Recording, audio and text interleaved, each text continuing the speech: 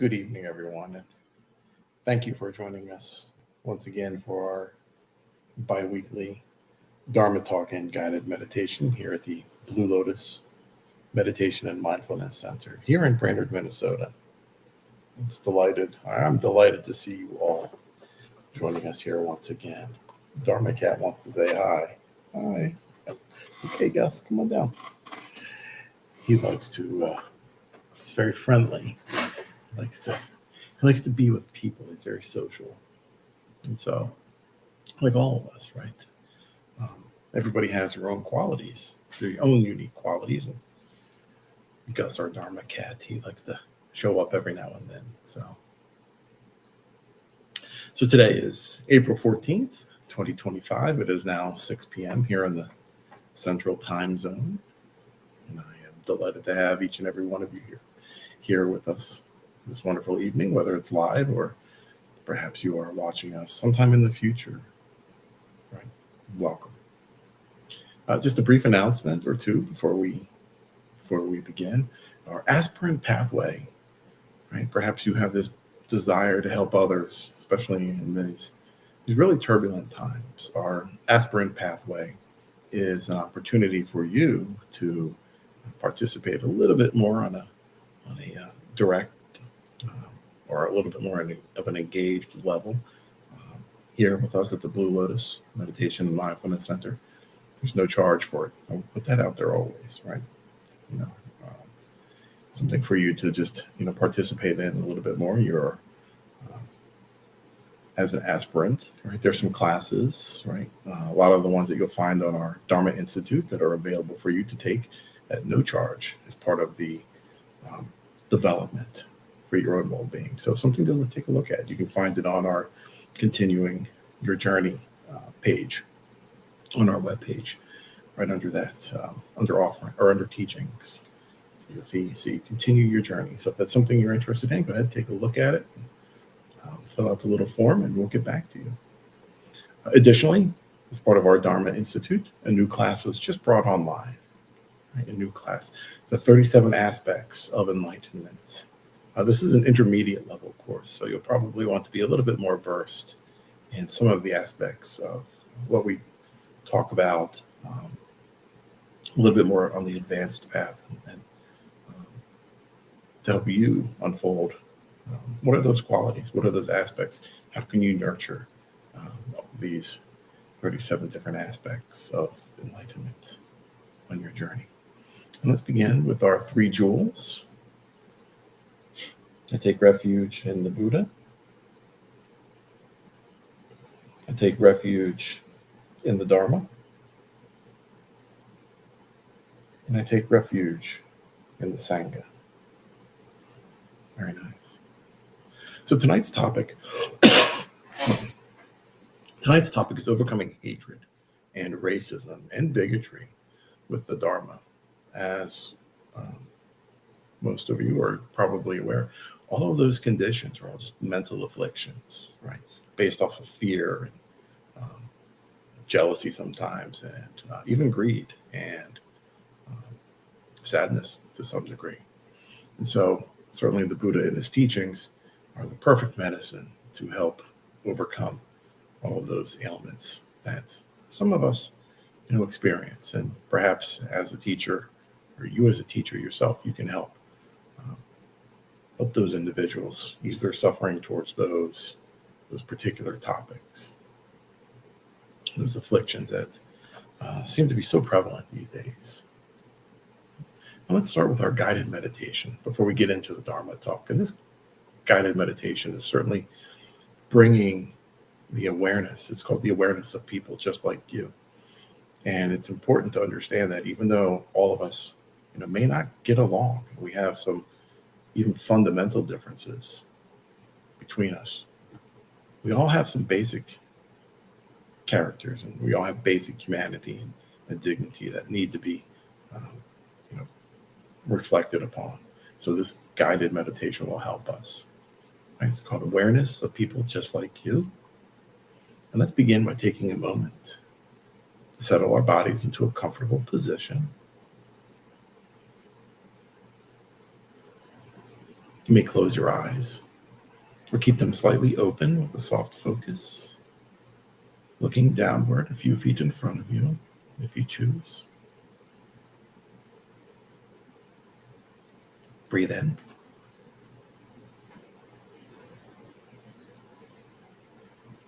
Pause. And breathe out. And while you sit there, you're invited to allow a half smile to rest on your face as well.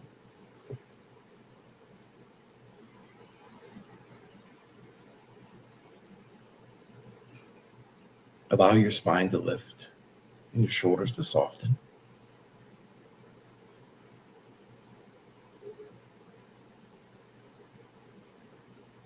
And soften your belly as you continue settling in.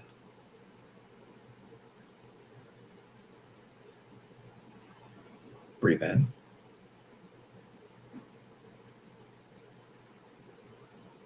Pause. And breathe out.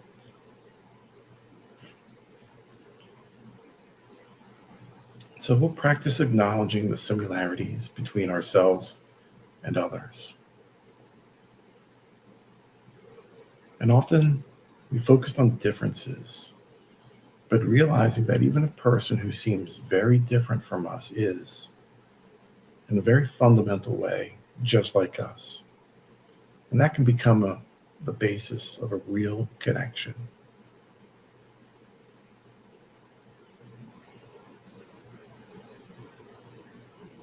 And this can include people we don't know very well, people with whom we're in conflict, or even people that we see as an enemy.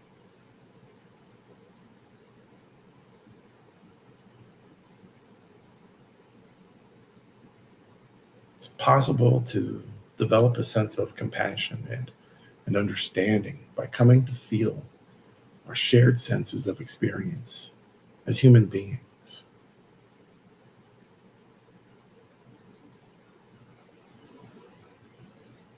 And this practice called Just Like Me can help overcome that sense of difference and distrust by opening channels of compassion.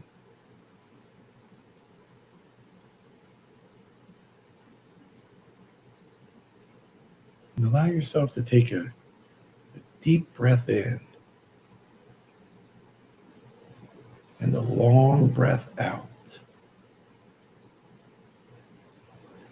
And as you breathe out, allowing a sense of releasing any tension that you are holding in your body.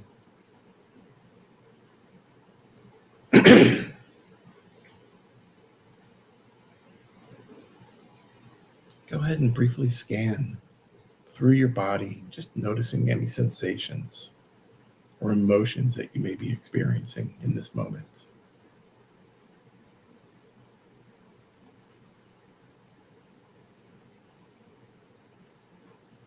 Inviting a sense of spaciousness and acceptance for whatever you are experiencing right now.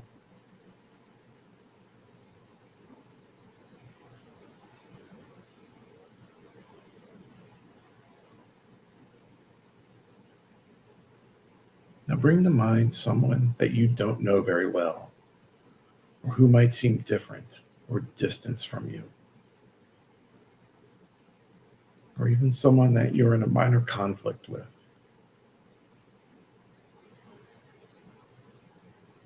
And as you bring this person to mind, notice if you experience any shift and sensations in your body.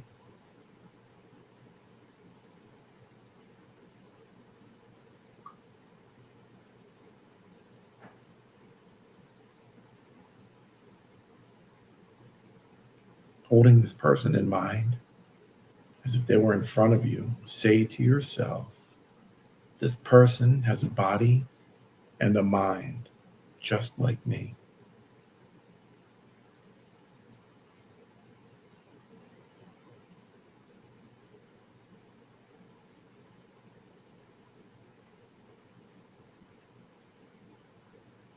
This person has feelings feelings, emotions, and thoughts, just like me.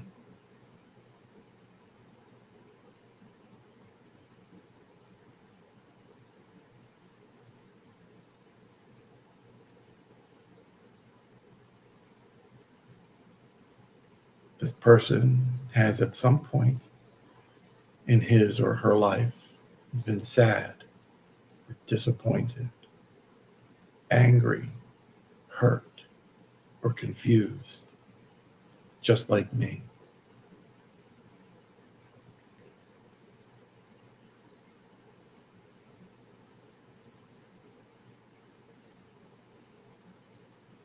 This person has in his or her life experienced physical and emotional and suffering, just like me.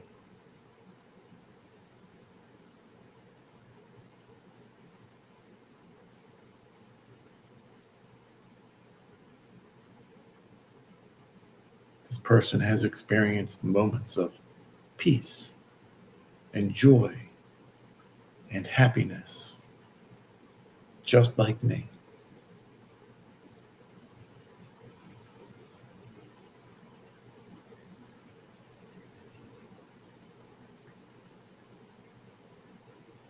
This person wishes to have fulfilling relationships, just like me.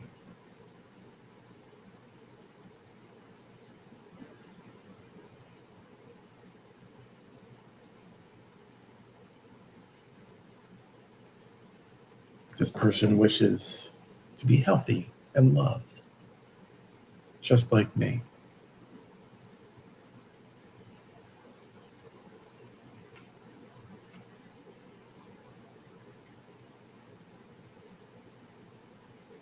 Now take a moment to sense how you're feeling.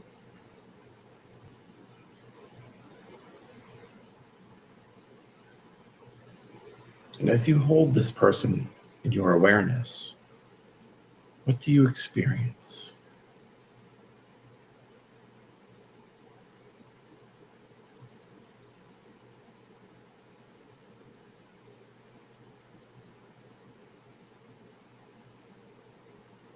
Now, as you hold this person in mind, send them good wishes. May they be well. May they be happy.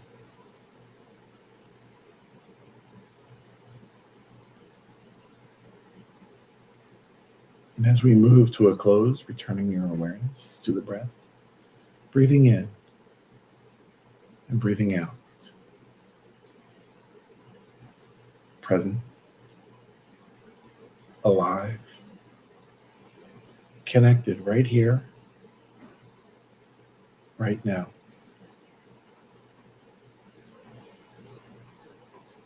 Wonderful. Very good. You can begin to open your eyes back to your surroundings, see where you are. You may want to stretch your legs. Sometimes I find that very beneficial after the meditation. Sometimes my my legs get a little numb, and so it's good to maybe stretch them out and reposition ourselves before we stand up.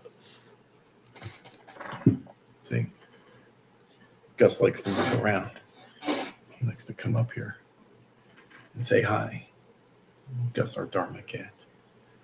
Like I said, some of you saw him a few moments ago at the beginning. He's very friendly. He likes to make his presence known in a very gentle way. He's very loving. He was a stray too. We found him. My daughter found him on the side of a road where she worked. So she went home and she brought him in. We took care of him. And he's brought us plenty of happiness and laughter too. He's a funny cat. So tonight's Dharma talk, overcoming hatred and racism and bigotry, right? With the Dharma, we want to learn how we can nurture the opposite of those, and perhaps even help others not to be afflicted by those harmful and very negative conditions. And so, what we have to do is understand what are the root causes right? What are the root causes of suffering in general? Because all suffering emanates from just one basic condition. Remember the Four Noble Truths, right? Attachment, right? So attachment is the root cause for all suffering.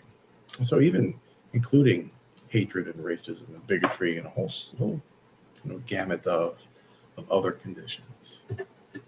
But it's the attachment that one experiences or allows to stay, and that is nurtured in a very harmful way. And when one nurtures those negative qualities, right, mental afflictions begin to surface and present themselves, not only to yourselves and to your inner being, but to those around you. And perhaps it comes across in the way you talk, right? Perhaps it comes across in the way you behave. Perhaps it comes across in just what you read, right? Here he comes. He's on a very serious topic he wants to play. Mr. Gus. And so some of those mental afflictions that persist or really make their way known are ignorance, for one. And if we think about ignorance and the three poisons, right? Ignorance is one of the three poisons that we sometimes ingest, right? We take it in with that attachment, right? But where does ignorance? How do we become ignorant of others? And sometimes it's just generational, right? Older individuals, perhaps, weren't as worldly, right? Maybe they didn't travel so far from their homes, and the society where they lived had a certain type of view on individuals or groups of individuals. So sometimes it can be generational, and then it's passed down, right, to their children, and then that is even perpetuated even within the communities. Fortunately, in the 21st century, we have a lot of there are good forms of communication off of social media. In fact, you're here watching me on YouTube right now. This is a very positive aspect of social media. And so ignorance is, again, one of the three poisons, and can be generational, right? Brought down from one, from older family members to others. The other could be culture, right? Sometimes there are cultural differences. There are based off of region, simply because of where one person emanates. Certain stereotypes, are perpetuated as a result of, certain cultures.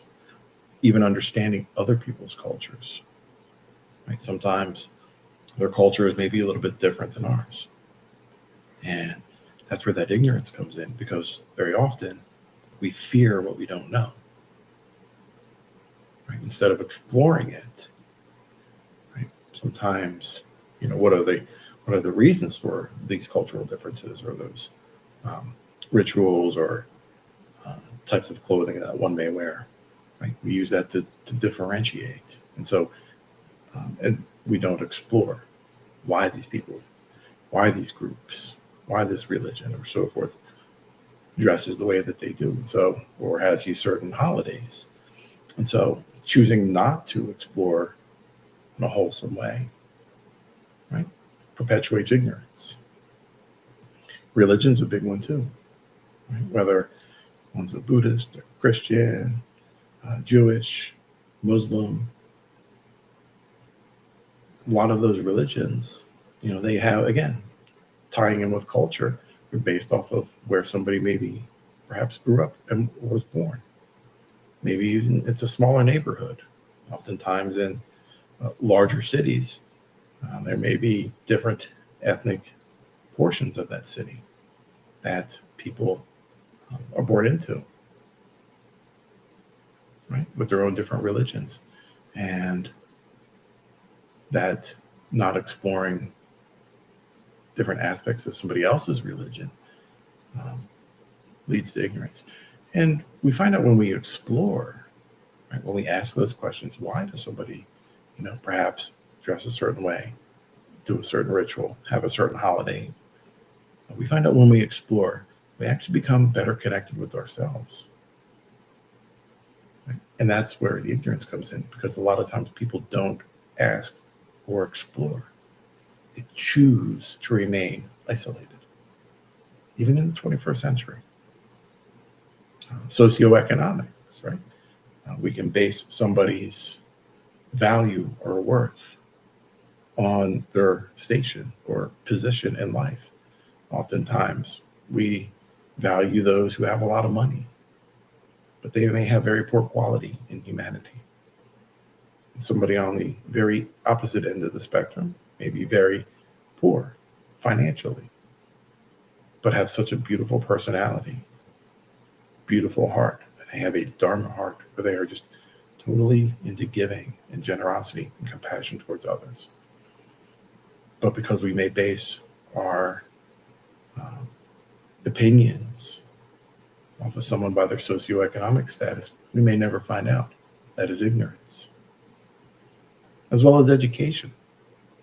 Oftentimes when new students in university, they have to leave their homes, and they are suddenly put into a mix of a wide variety of students from different cultures, locations, regional differences or regional aspects, north and south, east coast, west coast, other countries, and so forth.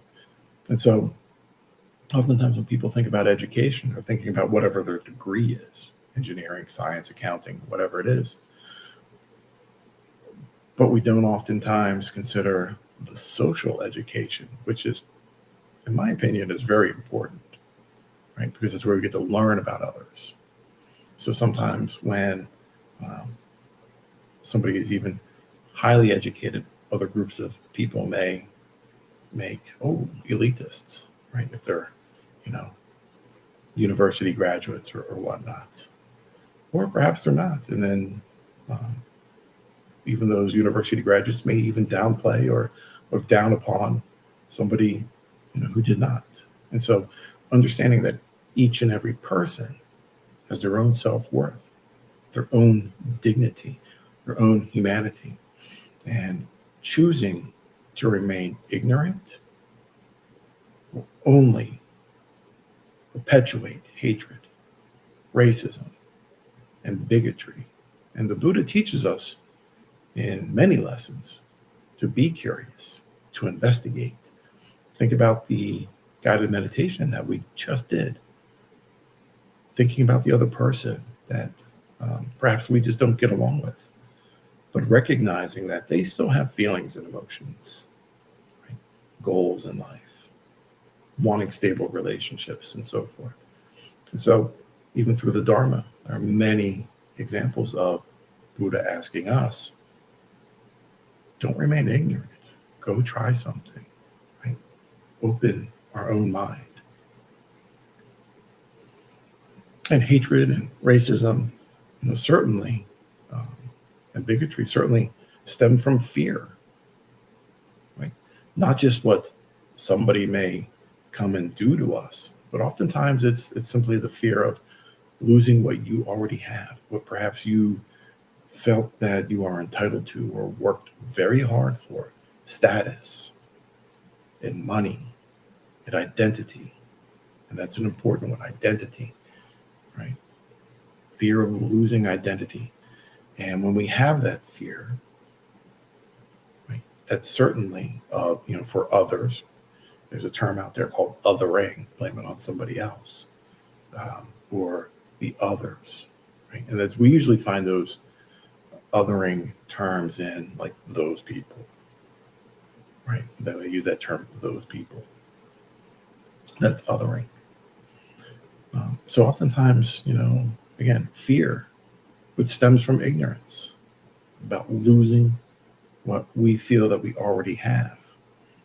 And that's why that guided meditation that we did earlier, just like me, right, is very important, because realizing others have the same exact emotions, hopes, desires, fears as well. They are capable, and all people are capable of love and compassion and empathy towards one another. And that is our natural state. Think about children when they play, right? Think about children. You can take a toddler or 3 or 4-year-old to any playground and they just go out there and play. Right? Nobody's worried about anything.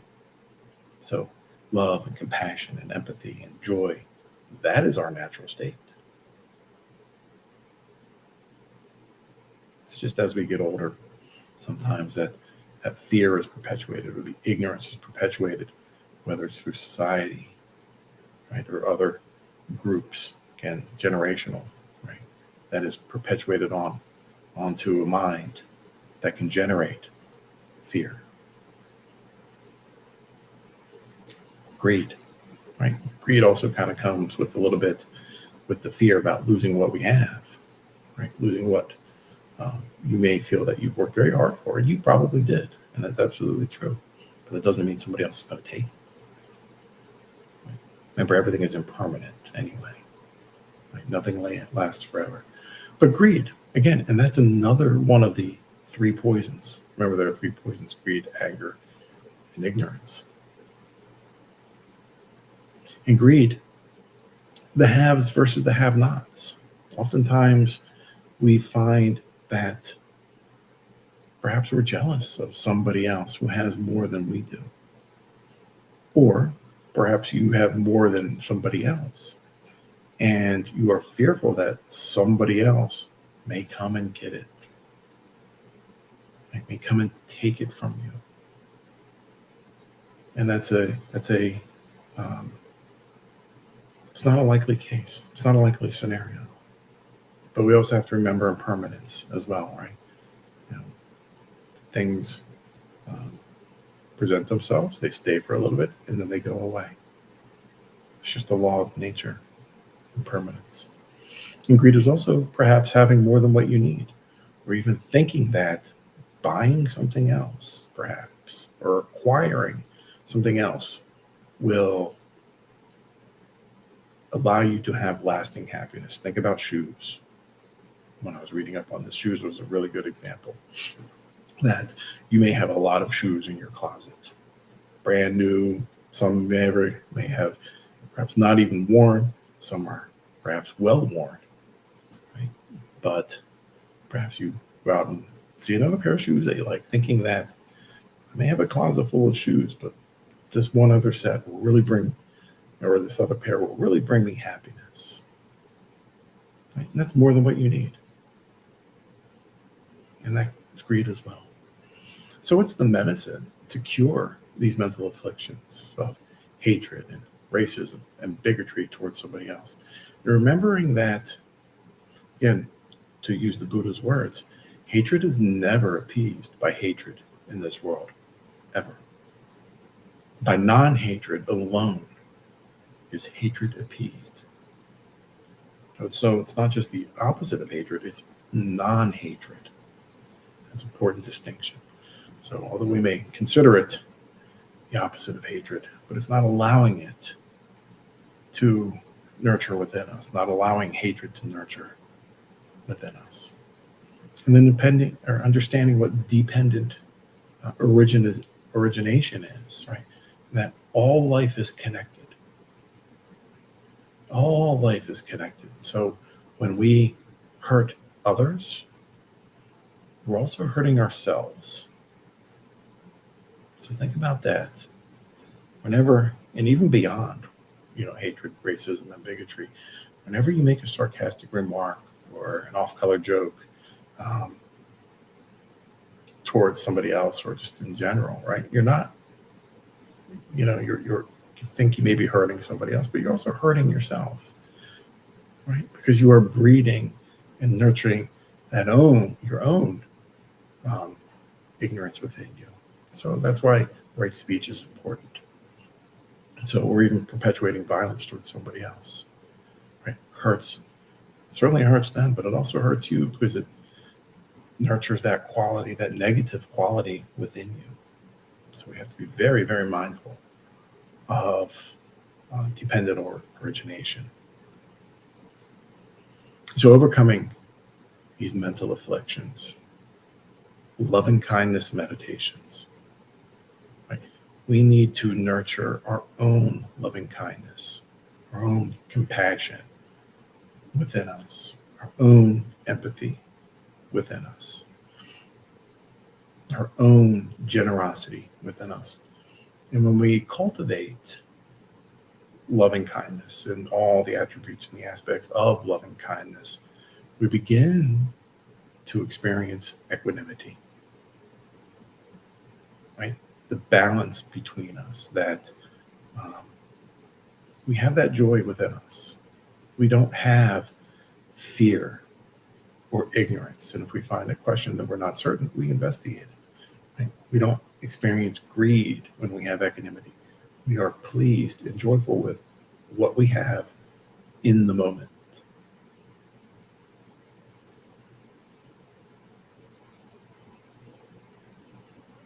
So what else? Medicine. What other medicines can we do? Wouldn't be a meditation center without suggesting meditation. And so again, those loving kindness meditations, equanimity meditations, and so forth, as well as really studying up on Buddhist teachings. Right? It's important that we delve into the different sutras and the teachings that the Buddha and other very wise arhats and bodhisattvas have given us, throughout the millennia, right? Throughout thousands, 2,000s of years of teachings, so that we can nurture our own well-being. When we nurture our own well-being, we're also helping others, because we are showing or displaying role models, how to be a role model, how to really live life joyfully and not at the expense of others suffering. And so when we cultivate equanimity and loving kindness, hatred, racism, and bigotry, hopefully go away, perhaps even in your own small circle. But if everybody did that, right? Everybody practiced loving kindness, right? Think about how joyful and peaceful the world would be. All that easing of suffering and so forth. But without exception, also realizing that all people have dignity and worth, even the ones that we perhaps don't really like. Perhaps we may find their tone crass or rude. We may not even like all of their behaviors. But as soon as we other them out, well, they're just rude and crass and ignorant and hurtful, let me other them and exclude them from humanity. That is also taking away from us.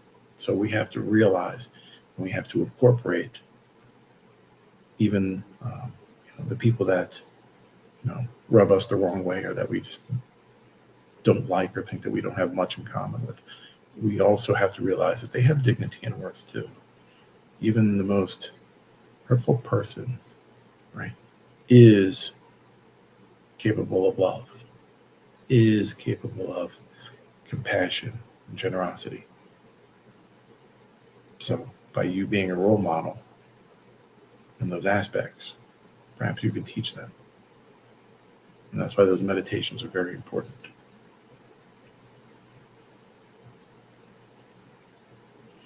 All right, my friends. So thank you so much for joining us this wonderful evening here at our center.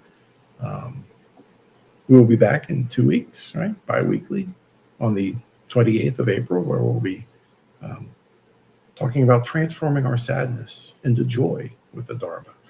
Oftentimes, when we find difficult times, like a lot of us experience, we become sad or disheartened.